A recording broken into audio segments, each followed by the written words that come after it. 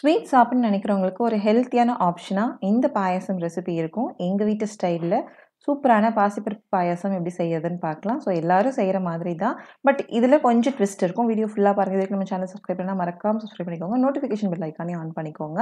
So வாங்க இப்போது டேஸ்டான கொஞ்சம் ஹெல்த்தியான பாசிப்பருப்பு பாயாசம் எப்படி பண்ணுறதுன்னு பார்த்துடலாம். பார்க்குறதுக்கு மட்டும் இல்லை, டேஸ்ட்லேயும் செமையாக இருக்கும். பாசிப்பருப்பு 1 கப் எடுத்திருக்கோம். ஸோ வந்து பாசிப்பருப்பை நல்லா கழுவிட்டு 2-3 தடவை நல்லா கழுவிட்டு ஒரு 10 நிமிஷம் ரெஸ்ட்டில் வச்சுட்டு அதுக்கப்புறம் வேக வச்சு எடுத்துக்கலாம்.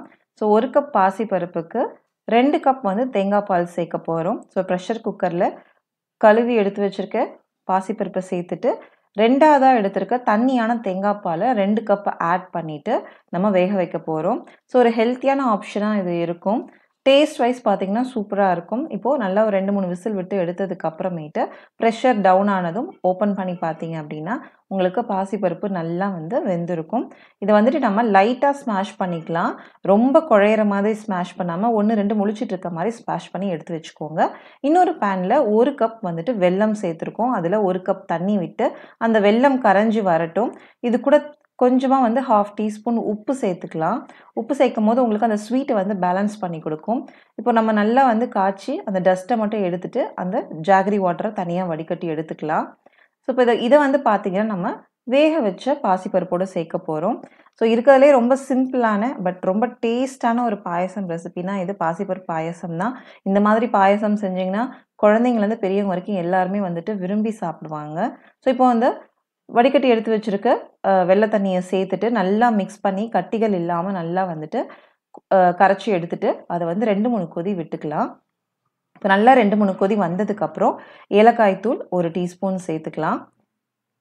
இதுவும் நல்லா மிக்ஸ் பண்ணி விட்டுட்டு நல்லா கொதிச்சு வரும்போது ஃபைனல் ஸ்டேஜில் நம்ம திக்கான தேங்காய் பால் 1 கப் சேர்க்க போகிறோம்.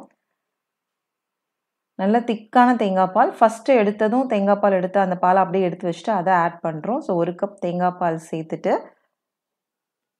நல்லா ஒரு 2-3 கொதி விட்டுக்கலாம்.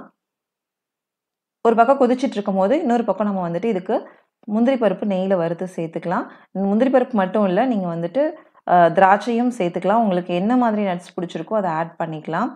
ஸோ இப்போ வந்து நம்ம முந்திரி பருப்பை வறுத்து அதையும் சேர்த்துட்டு நல்லா ஒரு கொதி வந்ததும் அடுப்பை ஆஃப் பண்ணிட்டோம் அப்படின்னா சூப்பரான பாசிப்பருப்பு பாயாசம் ரெடி. இதை சுட சுடவும் சர்வ் பண்ணலாம். நம்ம வந்து சூடு ஆறுனதுக்கு அப்புறமும் சர்வ் பண்ணலாம். யாருமே வேண்டானே சொல்ல மாட்டாங்க. ரொம்ப டேஸ்டான ஒரு ஸ்வீட்டான ஹெல்த்தியான ஆப்ஷனாக இந்த பாயாசம் இருக்கும். இந்த வீடியோ உங்களுக்கு பிடிக்கும்னு நினைக்கிறேன். இந்த வீடியோ பிடிச்சிருந்தா மறக்காம நம்ம சேனல் சப்ஸ்கிரைப் பண்ணுங்கள், ஷேர் பண்ணுங்கள். உணவே மருந்து, மருந்தி உணவு அதுவே நம் பாரம்பரியம். தேங்க்ஸ் ஃபார் வாட்சிங்.